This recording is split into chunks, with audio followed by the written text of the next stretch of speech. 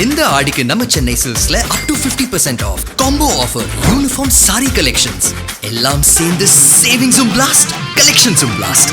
நம்ம தி சென்னை சில்க்ஸ். தமிழ்நாட்டுல எல்லாமே சேஞ்ச் ஆயிடுச்சு. உங்க நகையையும் சேஞ்ச் பண்ணுங்க. உங்க பழைய நகைக்கு கிராமுக்கு 150 ரூபாய் கூடுதலா வாங்கி புது நகை எடுத்துக்கோங்க. அதே கம்மி சேதாரம் தான் உங்க லலிதால மட்டும்தான். மதிமுகவை சேர்ந்த திமுக சின்னத்துல போட்டியிட்ட 2 எம்எல்ஏக்கள் இன்னைக்கு ஒரு கருத்து பதிவு பண்ணியிருக்காங்க. அந்த கருத்து என்பது நேத்திக்கு அந்த கருத்து என்பது மதிமுகவை தாண்டி தாவேகா கூட்டணிக்குள்ள ஒரு பெரிய சலசலப்பை ஏற்படுத்தியிருக்கு.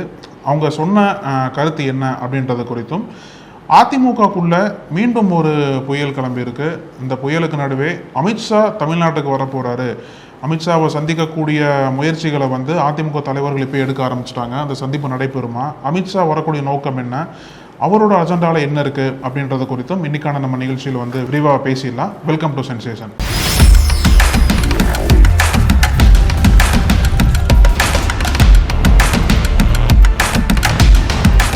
வணக்கம் அழகு. வணக்கம் பிருத்திவி.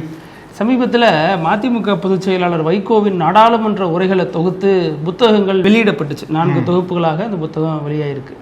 அது டெல்லியில் வெளியிடப்பட்டுச்சு இல்லையா? அது ராகுல் காந்தி வெளியிட்டாரு.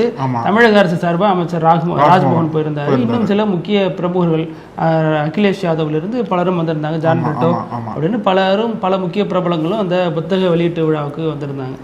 ஆனால் அந்த நேரம் பார்த்து தமிழ்நாட்டில் எதிர்க்கட்சி தலைவரை கைது பண்ணிட்டாங்க. அதனால அந்த புத்தக ஈவெண்ட்டு, அதில் பேசக்கூடிய பேச்சுகள், அதற்கான முக்கியத்துவங்கிறது அப்படியே செல்வாக்கு இழந்து போயிடுச்சு. அது பெரிய அளவில் மக்கள் மத்தியில் போய் சேரலை.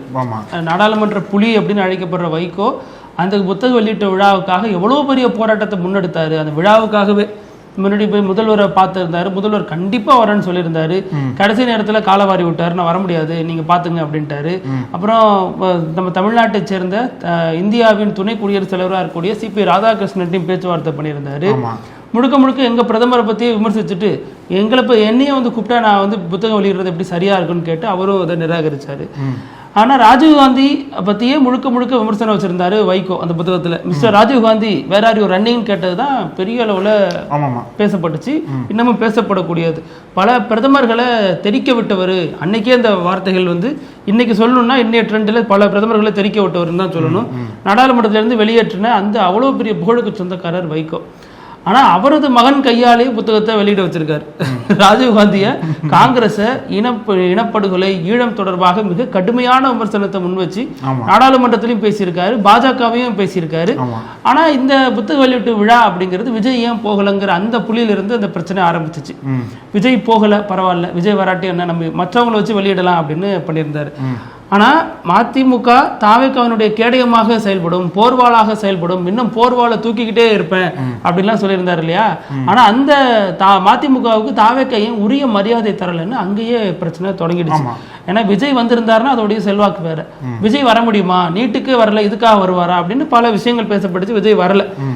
அந்த விழாவில் வைகோ, அவரது மகன் துரை வைகோ நடந்து கொண்ட விதமும் வைரல் ஆனிச்சு. குறிப்பாக துரை வைகோ கையை ஓங்கி ராகுல் காந்தி வாழ்க, ராகுல் காந்தி வாழ்கன்னு கோஷமிட்டது.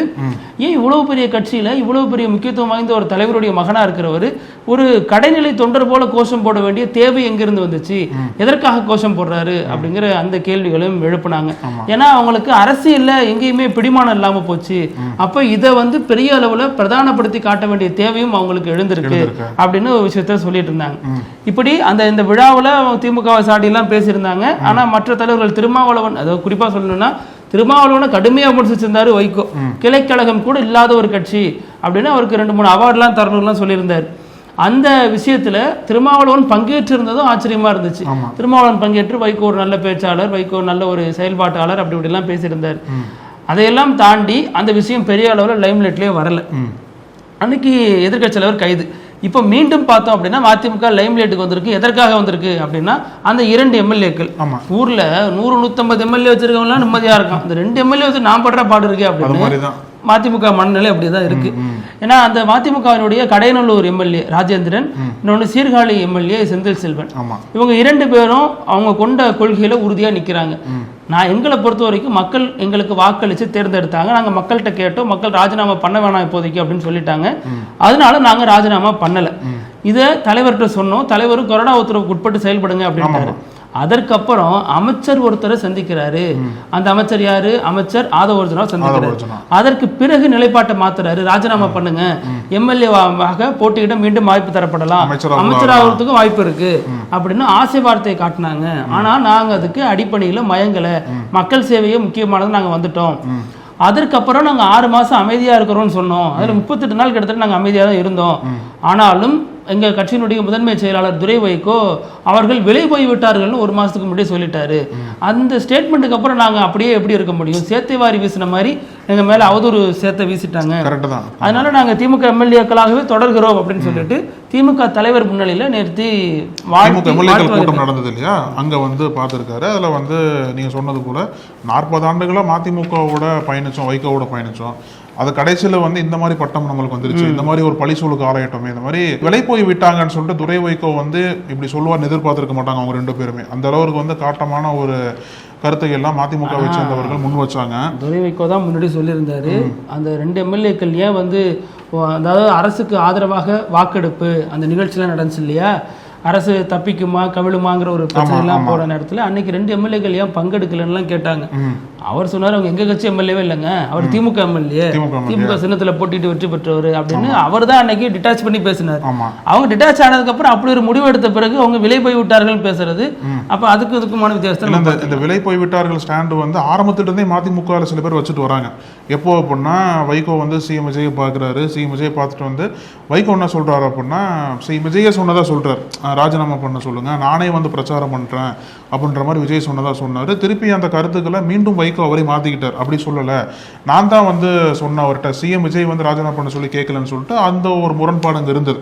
அதை தொடர்ந்து தான் வந்து மதிமுக ஸ்ட்ராங்கா இவங்களுக்கு வந்து நிர்பந்தம் அதிகமாக கொடுக்கப்பட்டது 2 பேருக்கும், நீங்கள் வந்து ராஜினாமா பண்ணுங்க, ஏன்னா நாங்கள் வந்து இப்போ ஆளுங்கட்சியாக இருக்கக்கூடிய அவங்கள்ட்ட சேர்ந்து கூட்டணியில் அங்கே போய் சேரலான் இருக்கோம், அதனால நீங்கள் ராஜினாமா பண்ணீங்க அப்படின்னா உங்களுக்கு இடைத்தேர்தலில் மீண்டும் போட்டி போடுறதுக்கு வாய்ப்பு வரும். அது மட்டும் இல்லாமல் ஜெயிச்சிட்டிங்க அப்படின்னா அமைச்சர் ஆயிடலான்ற மாதிரிலாம் பல கட்டங்களில் வந்து எங்கள் 2 பேருக்கும் வந்து ப்ரெஷர் பண்ணாங்க மதிமுகவில் இருந்து. நாங்கள் வந்து மக்களோட முடிவுக்கு எதிராக வந்து போகாமல் மக்கள்கிட்ட வந்து அதிகமாக எதிர்ப்பு சம்பாதிக்க வேண்டியிருக்கும், மக்களே பெருசாக விரும்பலை, அதனால் வந்து நாங்கள் இந்த சின்னத்தில் தான் நின்று ஜெயிச்சிருக்கோம், அதிலே தான் தொடர்ந்து பயணம் பண்ண போகிறோம் அப்படின்ற ஒரு உறுதியோடு தான் நேற்றைய தினம் வந்து திமுக எம்எல்ஏகள் கூட கலந்துக்கிட்டாங்க. அதை தொடர்ந்து 2 பேரும் சேர்ந்து தான் ப்ரெஸ் மீட்டில் வந்து இந்த தகவலை பகிர்ந்துக்கிறாங்க. இதில் ஒரு முக்கியமான விஷயம் மறைபொருளாக இருக்குது. என்ன விஷயம் அது அப்படின்னா, அவங்க மறுபடியும் என்ன சொல்றாங்கன்னா, குதிரை பேரத்துக்கு எங்களை நிர்பந்திச்சாங்க அப்படிங்கறத அவங்க சொல்ல விஷயத்தோட இன்னொரு மீனிங்கா நம்ம எடுத்துக்க முடியும். ஏன்னா அவங்க விரும்பல பதவியை ராஜினாமா பண்ண அவங்க விரும்பவே இல்லை. ஆனா கட்சி தலைமை நிர்பந்திக்குது, நீங்க விலகுனா அமைச்சர் கூட ஆகலாம் அப்படின்னு அந்த ஆசை வார்த்தை காட்டுறதுதான் குதிரை பேரம்ங்கிறது நமக்கு தெரியும். அப்ப அதை நிர்பந்திச்சிருக்காங்க அப்படின்னு தெரிஞ்சா விஜய் அரசு ரொம்ப நேர்மையான அரசு இல்லையா? குதிரை பேரம்னு கேட்டாலே மிக கடுமையான நடவடிக்கைகள் எடுக்கக்கூடிய அரசு இல்லையா? குதிரை வேகத்தில் நடவடிக்கை எடுப்பாங்க. அப்ப இந்த விவகாரத்துல என்ன நடவடிக்கை எடுக்க போறாங்க? இதுவரைக்கும் ஏன் நடவடிக்கை எடுக்கல? வைகோவே சொல்லியிருந்தார். நீங்க 2 விஷயத்தை கவனிக்கணும். அமைச்சர் வந்துட்டு போன பிறகு இந்த நெருக்கடி அதிகரிக்குதுங்கிறாங்க. அப்ப அந்த விஷயத்துல இந்த அமைச்சருக்கு உடன்பாடு இருக்கா? அந்த அமைச்சர் சொல்லிதான் அதெல்லாம் நடக்குதா? அது முதல் விஷயம். 2வது, முதல்வர் சொன்னாருன்னு வைகோ சொன்னாரு, மறுபடியும் வைகோ அதை மாற்றிக்கொண்டு இல்ல நான் தான் சொன்னங்கிறாரு. எது எப்படியோ குதிரை பேரம் நடந்திருக்கு. இந்த ஆட்சியை தக்க வைக்கிறதுக்கு 2 எம்எல்ஏக்களை கூடுதலாக பெறுவதற்கான எல்லா வேலைகளும் நடந்திருக்கு அப்படிங்கிறது இன்னொரு புள்ளியா இருக்கு. இந்த குதிரை பேர புகார் அப்படிங்கிறது இந்த விஷயத்துல மறைபொருளா இருக்கு. இதற்கு தாவேக்க என்ன நடவடிக்கை எடுக்க போகிறது அப்படிங்கிறத பார்க்கணும். 2வது விஷயம், தொடர்ந்து பல பிரச்சனைகள் இந்த அதாவது எப்படி பேர் சொல்றதுன்னு தெரியல, கூட்டணிகள்னு சொல்ல முடியாது, ஆதரவு சக்திகள் சொல்லலாம், ஆதரவு கட்சிகள் சொல்லலாம்னு வச்சுங்களேன். அந்த ஆதரவு கட்சிகள் அதுல இருக்கக்கூடிய பல கட்சிகளுக்கு இடையில மனஸ்தாபம் ஏற்படுது. குறிப்பா சொல்லணும் அப்படின்னா இதுல விசிகாவுக்குள்ள நடக்கிற பிரச்சனைகள், விசிகாவினுடைய நிர்வாகிகளே கடுமையாக விமர்சனத்தை முன்வைக்க தொடங்கியிருக்காங்க. அதுல முதன்மை செயலாளர் ஷானவாஸ் பேசுறதெல்லாம் நம்ம பார்த்தோம்.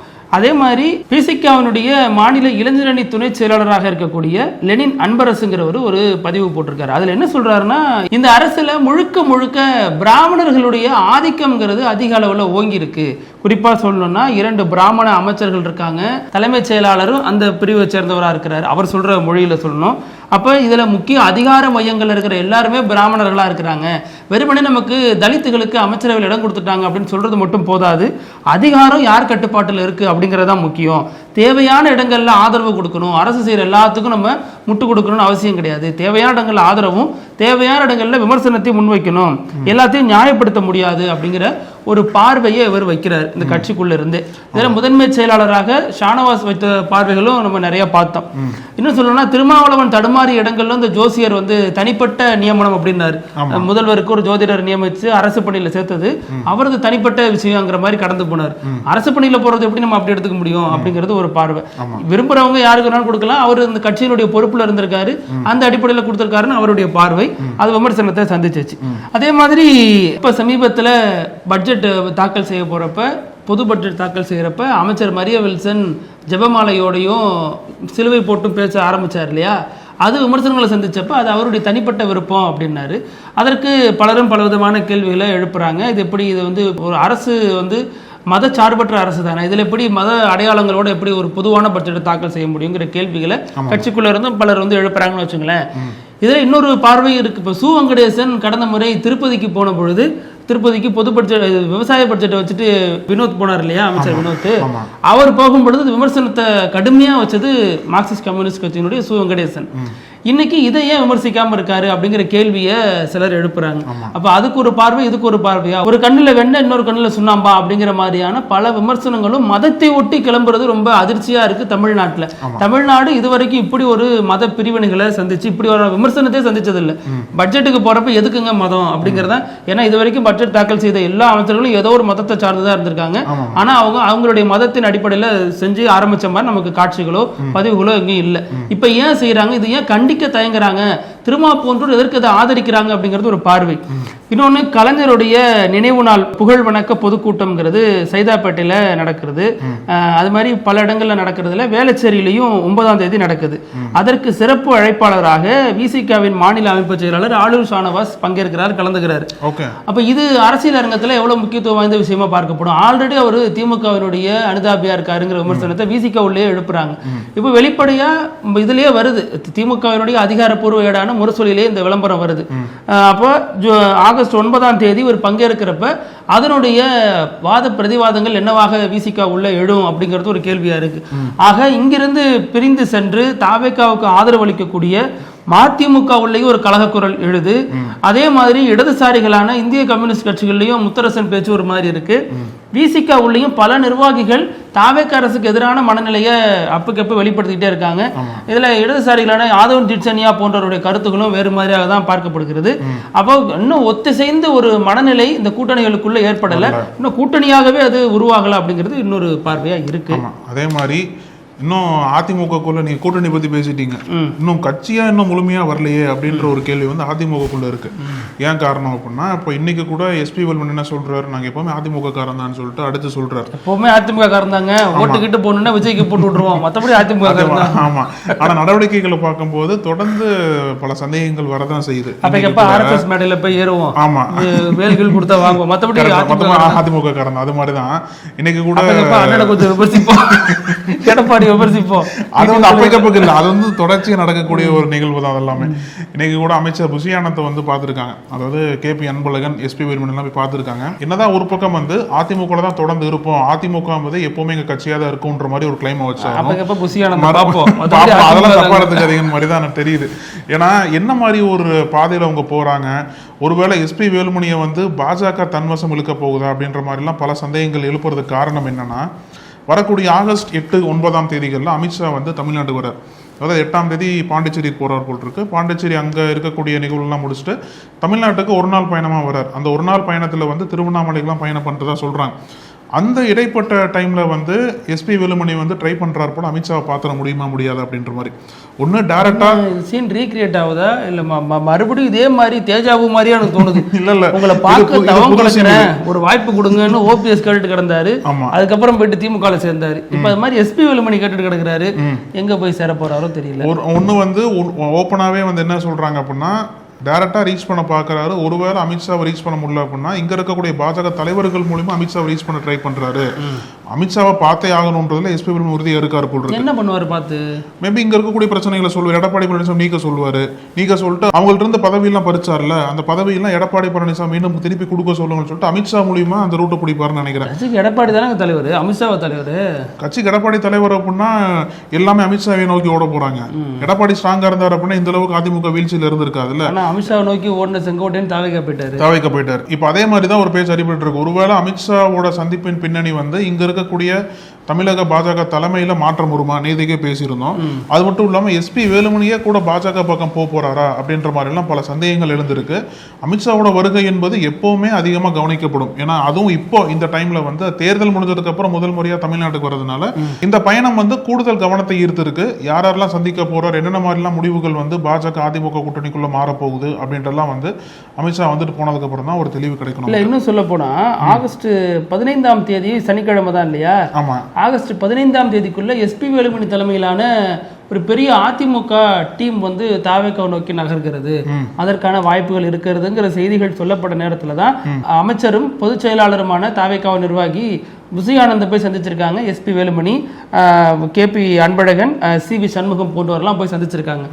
இந்த சந்திப்புங்கிறது அவங்க என்ன சொல்றாங்கன்னா, நாங்க தொகுதி நலத்திட்டம் சார்ந்துதான் சந்திச்சோம், தொகுதியில நிறைய திட்டங்கள் நிறைவேற்றாமல் இருக்கு, அதுக்காக தான் நாங்க சந்திச்சோம், மற்றபடி மாறுற ஐடியாலாம் இல்லை, நாங்க எப்பவுமே அதிமுக தான் அப்படிங்கிறாங்க. அப்ப கடந்த ஆட்சி காலத்துல என்ன போய் சந்திக்கவே இல்லையா அவங்க? கடந்த ஆட்சி காலத்துல தொகுதி எப்படி பண்ணாலும் பரவாயில்லன்னு இருந்தாங்களா? திமுக தானே ரூல் பண்ணுச்சு. அப்ப இவங்க 3 பேரும் போய் திமுகவில் இருக்கக்கூடிய யாராச்சும் ஒருத்தர் சந்திச்சிருக்காங்களா?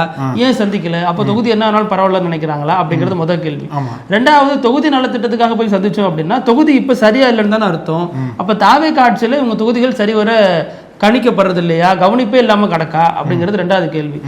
மூன்றாவது, திமுக கடந்த ஆட்சி காலத்துல உங்க தொகுதியெல்லாம் சரியா கவனிச்சுட்டதுனால உங்க போலையா அப்படிங்கிறது இல்ல உள்ளர்த்தமா இவ்வளவு கேள்விகள் இருக்கு. அதை தாண்டி அவங்க சந்திச்ச காரணம், இப்ப சந்திச்சது புசியானந்த் மட்டும் இல்ல, செங்கோட்டையிலையும் சந்திச்சிருக்காங்க. அப்போ ஒரு லிங்க் ஏற்படுத்துறாங்க. இது வரைக்கும் மறைமுகமாக இருந்த உறவு தொடர்பு இப்ப அடுத்த கட்டத்தை நோக்கி நகருது. செங்கோட்டையன் தான் தொடர்ந்து வெப்பன் சப்ளையரா இருக்காரு. அதிமுக இருந்து வரக்கூடிய அத்தனை பேருக்கும் வாசல திறந்து வழியை காமிச்சு பணியூருக்குள்ள கொண்டு போறது அவரா தான் இருக்கு. அதுல ஆல்ரெடி விஜயபாஸ்கர் ஸ்கொயர் உள்ள போயிட்டாங்க.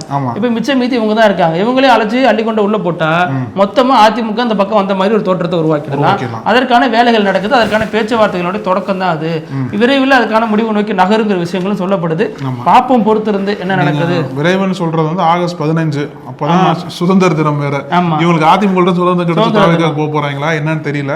அது வந்து நம்ம பொறுத்து இருந்தா பார்க்கணும். இப்போ வந்து நம்ம நிகழ்ச்சியோட இறுதி பகுதி வினோத செய்தி. இது உண்மையிலேயே கேட்கறவங்களுக்கு வந்து ரொம்ப வருத்தமா இருக்கலாம், இல்ல கோபமா கூட இருக்கலாம். இந்த ஓபிஎஸ் உதயநிதி மறுபடியும் போய் ஏறினாரு அன்னைக்கு மாதிரி இபிஎஸ். ஆமா, அதுல இது என்னன்னா, ஹரியானால சிவ்சரண் குப்தா அப்படின்ற ஒரு முதியவர் வந்து வாழ்ந்துட்டு இருந்திருக்காரு. அவரும் அவரோட மனைவியும் முதியோர் இல்லத்தில் இருந்திருக்காங்க. இவங்களுக்கு வந்து 3 பெண் குழந்தைகள் இருந்திருக்காங்க. 3 பேரும் நல்லா படிக்க வச்சு நல்ல இடங்களை திருமணம் பண்ணி கொடுத்து 3 பேருமே செட்டில்டு. ஒருத்தவங்க வந்து நேபாளில் இருக்காங்க, ஒருத்தவங்க மகாராஷ்டிராவில், இன்னொருத்தவங்க யூபியில் இருக்காங்க. எல்லாம் பெரிய பெரிய பதவியில் இருக்கக்கூடிய பெண்கள் தான். அந்த அளவுக்கு கஷ்டப்பட்டு படிக்க வச்சு வளர்த்தி விட்டாரு. இவங்க அந்த தம்பதிகள் இருக்காங்க இல்லையா, இவங்க ஹரியானாவில் இருக்கக்கூடிய ஒரு இடத்துல வந்து முதியோர் இடத்துல இருந்திருக்காங்க போல. கொஞ்சம் வருஷத்துக்கு முன்னாடி தான் மனைவி இறந்து போயிட்டாங்க. இப்போ இவருக்கு சிவ்சரண் குப்தாவுக்கு வந்து பல நாட்களாகவே வந்து உடல்நிலை என்பது ரொம்ப மோசமாயிட்டே போயிட்டு இருந்தது. மோசமான உடல்நிலையில் வந்து கடைசியில் வந்து இறந்தே போயிட்டார். இப்போ என்ன இருக்குது அப்படின்னா, இதுக்கப்புறம் தான் அந்த எப்படி புரிஞ்சுக்கிறதுன்னு தெரில. இங்கே நடந்த கதையெல்லாம் என்ன அப்படின்னா, அவங்க முதியோர் காப்பகம் இருப்பாங்க இல்லையா, அங்கேருந்து அந்த பெண்களுக்கு ஃபோன் பண்ணுறாங்க, இந்த மாதிரி அப்பா இறந்துட்டார் வந்து பாருங்க அப்படின்ட்டு. என்ன பதில் சொன்னாங்க அப்படின்னா, இல்லை டைம் இல்லை வர்றதுக்கு, எங்களுக்கு நீங்கள் இறுதி சடங்குகளே பண்ணிடுங்க, நாங்கள் ஆன்லைனில் கலந்துக்கிறோம்னு சொல்லிட்டு ஆன்லைனில் கலந்துக்கிறாங்க. அதாவது அவங்க அப்பா உடம்பு சரியாமல் இருந்த காலகட்டத்தில் வந்து இவங்க 3 பேரும் ஃபோன் பண்ணி பேசலை. இவங்களும் காப்பகத்திலிருந்து ட்ரை பண்ணி பார்க்குறாங்க, இவ பெருசாக அட்டனை பண்ணல. உடம்பு சரியாமல் இருக்கவர் வந்து பாருங்கன்னு சொல்லும் போதில் வந்து பார்க்கவே இல்லை. 3 பெண்களும் அவங்கவுங்க இடத்துல இருந்துட்டாங்க, டைம் இல்லைன்னு சொல்லிட்டாங்க. இப்போ இறந்து போனதுக்கு அப்புறம் கூட அப்பாவை வந்து நேரில் வந்து பார்க்கல, எங்களுக்கு டைம் இல்லைன்னு சொல்லிட்டு ஆன்லைனில் கலந்துக்கிறதுக்காண்டி வீடியோ கான்ஃபரன்சிங், வீடியோ கால்லாம் பண்ணுறாங்க இல்லையா, அதன் மூலியமாக அப்பாவோட இறுதி சடங்கை பார்த்துருக்காங்க. அதில் ஒரு பெண் வந்து அப்பாவுக்கு நல்லா இறுதி சடங்கு பண்ணுங்கன்னு சொல்லிட்டு அந்த முதியோர் காப்பகத்துக்கு 5000 ரூபா பணத்தை அனுப்பிச்சி விட்றாங்க.